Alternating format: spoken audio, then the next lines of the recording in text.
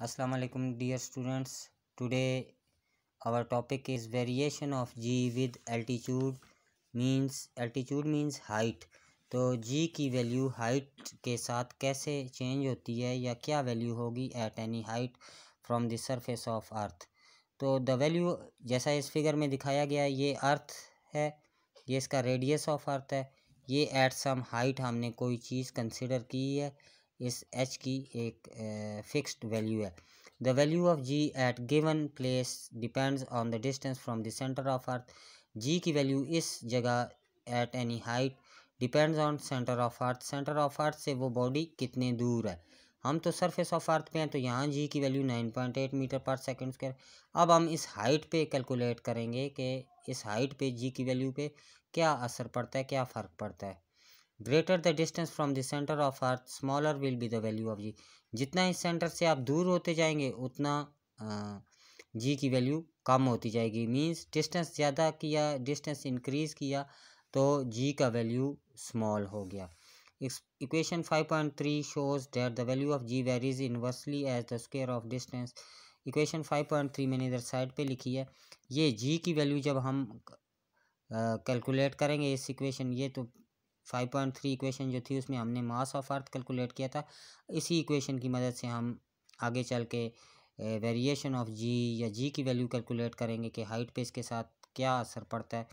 तो अगर ये इस इक्वेशन से जी की वैल्यू कैलकुलेट करें तो ये कैपिटल जी ग्रेविटेशनल कांस्टेंट उधर जाके मल्टीप्लाई हो जाएगा और रेडियस ऑफ अर्थ डिनोमिनेटर में आ जाएगा, इन्वर्सली प्रोपोर्शनल हो जाएगा। Means radius of earth increase करेंगे तो जी की वैल्यू डिक्रीज़ करेगी, और रेडियस ऑफ अर्थ कम करेंगे मींस आर की value, distance between two bodies कम होगी तो जी की वैल्यू ग्रेटर हो जाएगी।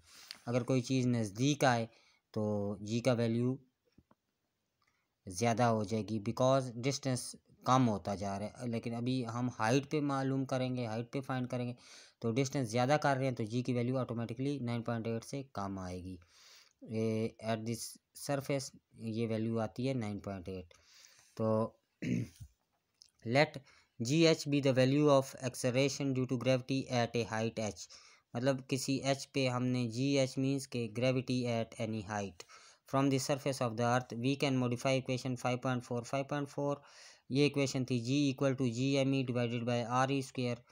तो इसको हमने मॉडिफाई किया, यहाँ पे एच लगाया कि किसी हाइट पे हम फाइंड करना चाहें तो वो एच फिर रेडियस ऑफ अर्थ में प्लस हो जाएगा। वो इसमें रेडियस ऑफ अर्थ यहाँ तक ये रेडियस ऑफ अर्थ होगा, फिर उसके साथ हाइट प्लस कर देंगे, radius of height plus H whole square. तो equation 5.3 can also be written as equation 5.3 से जी की वैल्यू कैलकुलेट की तो ये आ गया G equal to G M E divided by R E square. 5.3 ये थी, इसमें से जी की वैल्यू कैलकुलेट करें तो ये कैपिटल जी उस एम ई के साथ जाके मल्टीप्लाई हो जाएगा, जैसे यहाँ जी एम ई और आर ई इस साइड पे आके डिनोमिनेटर में आ जाएगा आर ई। इससे हमने जी एम ई की वैल्यू कैलकुलेट की, आर ई उस साइड पे जाके जी आर स्क्वायर बन जाएगा, जी आर स्क्वायर। तो जी एम ई इसको हमने इक्वेशन 2 का नाम दे दिया, उसको हमने इक्वेशन 1 का नेम दिया था।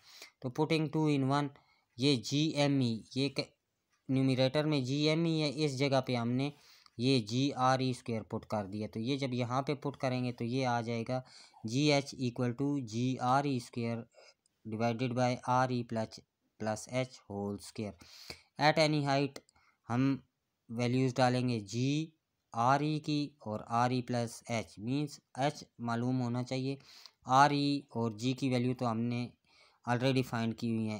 एट एनी हाइट एच की वैल्यू फाइंड करें तो हमें जी एट एच हम फाइंड कर सकते हैं कि किसी हाइट का, जितनी हाइट पे हम एच की वैल्यू, किसी हाइट पे हम जी की वैल्यू फाइंड करना चाहते हैं उतनी हाइट की वैल्यू यहाँ पे पुट कर दें, उसके साथ रेडियस ऑफ अर्थ प्लस करें, उसका स्क्वायर ले लें और फिर जी आर ई स्क्वायर पे डिवाइड कर दें। तो we will find value of gravity at any height. Thanks.